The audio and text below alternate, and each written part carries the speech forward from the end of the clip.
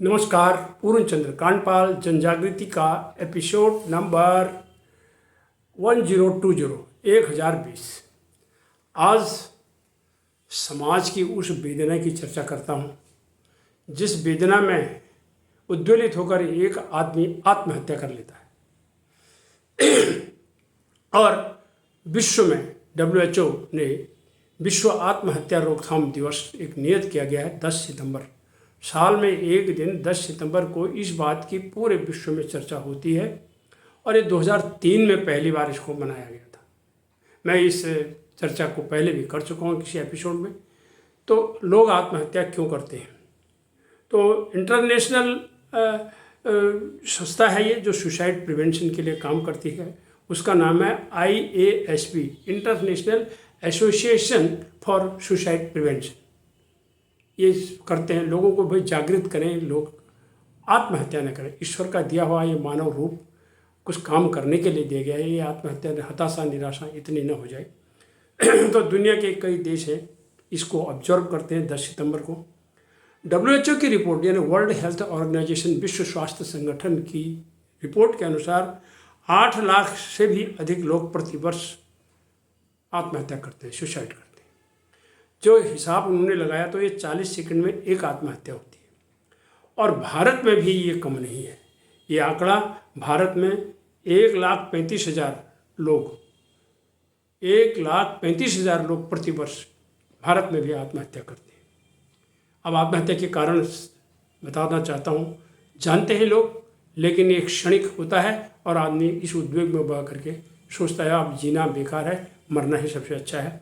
निराशा होती है, हताशा, ब्रेकअप, परीक्षा में फेल, जिंदगी में वांछित परिणाम नहीं मिलना, विवाह की समस्या, कुंडली अमंगल मंगल, इस टाइप की बात और वो नहीं मिलना, संतान का स्वच्छंद होना, नशेड़ी होना, बेरोजगारी, बीमारी, क्रॉनिक बीमारी, न्याय न मिलना और आत्मविश्वास की कमी। इस प्रकार के अलावा अन्य भी कई और इसके कारण हैं। और जैसे डिप्रेशन में बंदा चला जाता है, अवसाद कहते हैं, उसमें चला जाता है, वो आत्महत्या। किसान आत्महत्या करते, फसल सैलाब आया, आपदा आई, फसल बर्बाद हुई, लोन ले रखा है, उधार ले रखा है संस्थाओं से भी, प्राइवेट से भी, सरकार से भी, वो कैसे चुकाएंगे, वो आत्महत्या कर लेता है। पारिवारिक नुकसान जब किसी का ऐसा हो जाता है तो वो भी आत्महत्या करते हैं। तो इस तरह के अन्य भी कई ऐसे कारण हो सकते हैं कि जिन वजह से लोग करते हैं।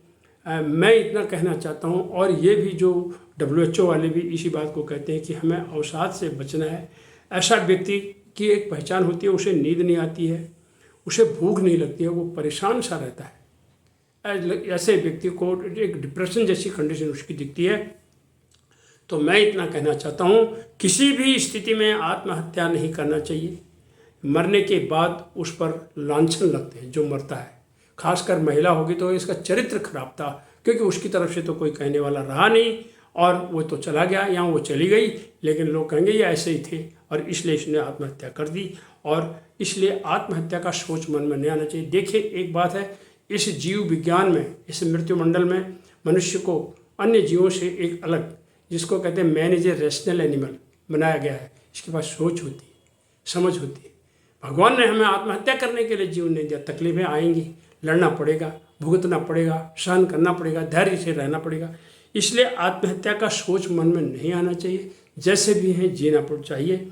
हम कर्म करें, हम हिम्मत करें और ईश्वर पर भरोसा करें। और अपने पर भरोसा कहते हैं हिम्मत मर्दा मदद खुदा। और ईश्वर उन्हीं की मदद करता है जो कर्म करते हैं। मैंने मिलावट का मोह में भी एक ऐसी बात करी थी। एक व्यक्ति मिलावटी सामान बेचता था। अंत में उसका बेटा बीमार हुआ तो वो दवाई लाया था, वो भी मिलावटी थी और उसने भी आत्महत्या कर ली।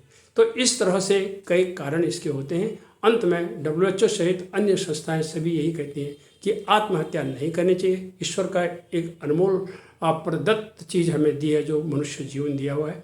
इससे लड़ें और इसके साथ संघर्ष करें। जीवन ही संघर्ष है। इन्हीं शब्दों के साथ आत्महत्या का विरोध करना चाहिए। लोगों को इसकी रोकथाम के लिए शिक्षित करना चाहिए। धन्यवाद, नमस्कार।